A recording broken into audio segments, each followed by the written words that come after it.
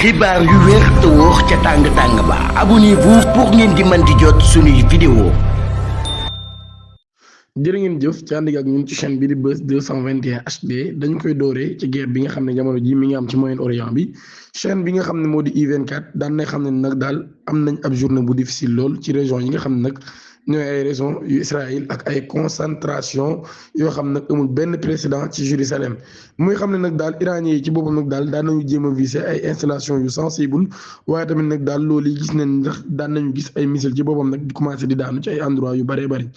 ay médias israéliens nag daal ñoom ñi ngi commencé di moquer ki nga xam ne moo di Trump maanaam kon di ko jàpp kaañ ak yu ni mel daal di xam ne nag daal moom mii Trump nag dafa xam ne woon démb ni dafa détruire 90% des missiles en Iran loolu yi kon moo tax ñoom ñi nag daal ñu koy reetaan ndax xam na ni Trump li mu wax dara du ci dëgg médias israéliens ci boobu nag daal ba tey ñi nga xam ne ni la notification de 5 sites ak ay projectiles yoo xam ne daal dafa jóge ci ay missile fragmentation yoo xam ne daan nañu daanu ca ay fa ak ñi nga xam ne ñoom ñoo ko daal di wër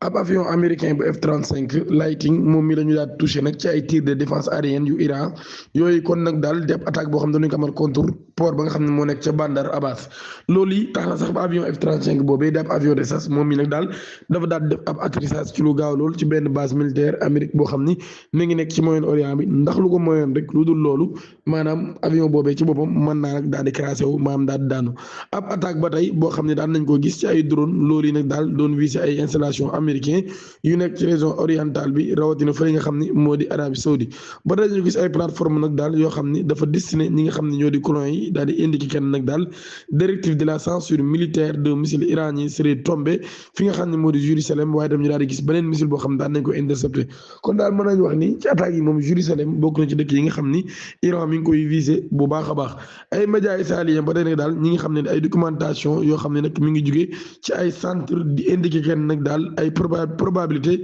qu'un projectile n'a pas été intercepté et tombé directement ba tey ci loolu yi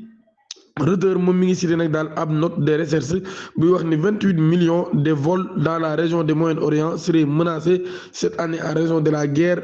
contre l'Iran maanaam kon 28 millions ci ay vol maanaam ay avions yoo xam ne kon war nañoo naaw ci région bi muy Moyen-Orient bi nag daal loolu yi menacé nañ leen ci année bi ci li nga xam ne moo di guerre bi am maanaam daal bu moytuwul loolu yëpp kon ak dakk lay doon ndax ku ne xam na ni ci Moyen-Orient bi daanaka réew yu ci bari wala la ëpp ci réew yi dañoo tëj li nga xam ni moo di seen espace aérien bi ba daal ñu gis ci ay fa benn yoon boo xam dañ koo tëj ginnaaw ab missile boo xam ni moom moo fa daal di daanu ci kaw ba tax kon yoon boobee kenn mënatu faa jaar kenn mënut a dem kenn mënut a dikk Iran nag daan na détruire lu toll ci ñeenti avion américain ak israélien buñ sukkandikoo ci porte-parole quartier général bu central de Khatamal Anbiya daal di xam leen nag daal ñoom ñi nga xam ne ñooy défenseur yu ciel iranien yi nag daal ci seen armée bu la république islamique d'Iran et du corps des gardiens de la révolution islamique ñoom ñi nag daan nañu repérer daal détruire 4 aéronefs ennemis hostile dans le ciel de notre pays depuis la nuit dernière maanaam kon ci guddi yi ñu weesu nag daal ci lañ kon daaneel ñeenti avion yoo xam ni diggante États-Unis ak Israël ci boppam ñoom ñoo ko daal di moom ñi nga xam ne kon ñoom ñooy garder jaww ji Iran ji ñoom ñoo def lu ni mel ba tey ci loolu yi dañuy def ci beneen mbir su benn vidéo ñuy gis yaayu ki nga xam ni moo di Ali Larijani di ab martyr mu nekk kan ñetteelu nit bi nga xam ni mu ëpp solo ci état bu iranien nag daal moom Ali Larijani mi gis nañ yaayam kon di def ay adieu di waaye tamit di admirer li nga xam ni moo di maanaam dernier demu gi nga xam ni doomam dem na ko waaye ci loolu ñu gis kër gi mu génne mu nekk ak kër goo xam ni kër gu simple la waaye kër gu modeste la loolu rek di wane ni pouvoir ci boppam maanaam wanewul ni ñoom ñi dañuy abuser bay am sax maanaam yenn yoo xam ni waa réew mi ci boppam ñoo ko mérité woon te amuñu ko muy maam di dëkk ci yenn kër yeeg yu ni mel loolu yi boo dog ci li nga xam ni ñu ngi koy wane bu baax a baax dernier minute ba tey li ñu wax Haaretz moom mi daan nañ cité ab source di xam ne ni 900 000 wala 9000 habitants ak 3000 voitures daan nañ koy endommagé par les bombardements iraniens depuis le début de la guerre maanaam kon iranien yi ci moom seen bombardement yi daan nañ endommagé 9000 bâtiments ak 3000 voitures ca fa nga xam ne moo di Israël ba tey dernier minute Haaretz ci boppam ba tey di cité nag daal ab source di cité une source les défenses israéliens muy xam ne nag daal mënuñoo intercepter 26 munitions yi nga xam ne nag daal munitions à fragmentation la waaye mu doon ci li nga xam ne daan na touché 150 sites ogivier kon daan nay touché 150 sites depuis le début de la guerre ba tey moom mii mu Israël nag daal am na 21 israéliens yoo xam ne rey nañ leen ak 4000 yoo xam ne jël nañ ci ay gaañu ci bombardement yi nga xam ne Iran mi ngi koy def. dernière nouvelle ba tey correspondant daal Arabi TV muy xam ne daal ay explosion successive mi ngi am ci fële nga xam ne moo di sud bu Tel Aviv ginnaaw ay lancement ci ay missiles fragmentation yoo xam ne ba tey Iran mi ngi koy def. ba tey bu ñu sukkandikoo ci Al Arabi TV gis nañ explosion yoo xam ne kon mi ngi am daanaka fépp ci Israël. gardien de la révolution ba tey nag daal ñu xam ne ni Trump ci boppam mi ngi prétendre ni dafa yàq seen ay forces navales mais nag daal du ordonné li nga xam moo di ay déploiement ci seen ay navires de guerre ci li nga xam ne moo di mer d'Oman bi wala li nga xam moo di mer Rouge maanaam Trump mi ngi wax ni yàq na seen navires yi de waaye ak loolu yëpp moom du ordonné nag maanaam ay navires am ci boppam ay navires de guerre am ci boppam nag daal ñu jaar ci li nga xam ni moo di mer Rouge bi wala mer bi nga xam ne moo nekk ci Oman mun nag ñu ngi koy xaar ak impatience marine américain yi nag daal nañ xam ne ñun pare nañ bu baax a baax ngir wan leen ay surprise navale yoo xam ne ñun ñi am nañ ko autorité des radiodivision israélienne nag daal nañ xam ne ni ab état de choc moo nekk di xew fële nga xam ne moo di Kiryat Samuna ginnaaw ab impact direct boo xam ne daan na visé démb ab immeuble résidentiel boo xam ne ma nga nekk foofee ca Israël gardien de la révision islamique daal daan nañu xam ne ni production de missiles yi ñi ngi continuer di ko def bu baax a baax en temps de guerre muy xam ne nag daal am na ay surprise yuy ñëw ngir seen noon yi waaye tam ak combat yoo xam ne nag daal dina mujjee nekk ay combat yu am solo lool waaye yu complexe waaye tamit yu intense mu ne nag suñu askan nag daal ñu ngi ci mbedd mi souhaite que la guerre se poursuive jusqu'à l'épuisement total de l'ennemi maanaam kon ñoom ñi ngi sàkku nag guerre bi ñu koy continuer ba suñu ennemi bi daadu mun nag daal guerre bi du jeex mukk lu dul ni rek le spectacle de la guerre aura disparu d'Iran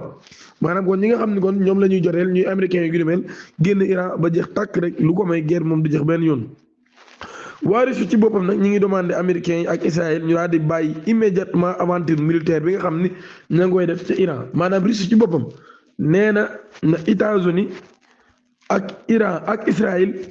bàyyi li nga xam ne jamono ji ñu ngi koy def ca Iran kon nag wax nañ ma nga noonu porte-parole militaire iranien. daan nañ xam ne Israël ci boppam dafa bëgg a def ci ab cadre opération de diversion d'attaquer ay installation pétrole de la société Aramco en Arabie Saoudite maanaam Israël ci boppam moom mu bëgg a attaquer société bi nga xam ni moo di Aramco nekk ci Arabie Saoudite def société pétrolier xam naa bu paree daal koy giiñ ñi nga xam ni ñoo di waa Israël waa Iran loolu kon la gardien de la révolution ci boobu nag daal di xam ne porte-parole militaire bu Iran ci boobu moom mu daal di xam ne Wall Street Journal nag daan nañ xam ne missile américain yi nga xam ne dafa ciblé woon Iran daan nañ koy lancé depuis ay pays yu golfe ba tey ci loolu amul yenn ci état yoo xam ne daal daan nañ reconnaître que les États-Unis utilisent leur territoire ou leur espace aérien maanaam kon état yooyu nag ñoom reconnaître ni États-Unis utilisé nañ seen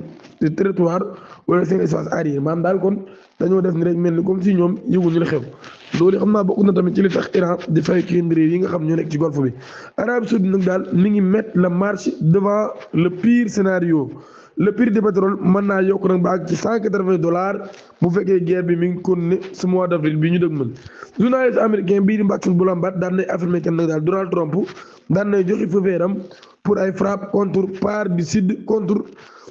du sud tout en adoptant ensuite un posture visant à apaiser les marchés.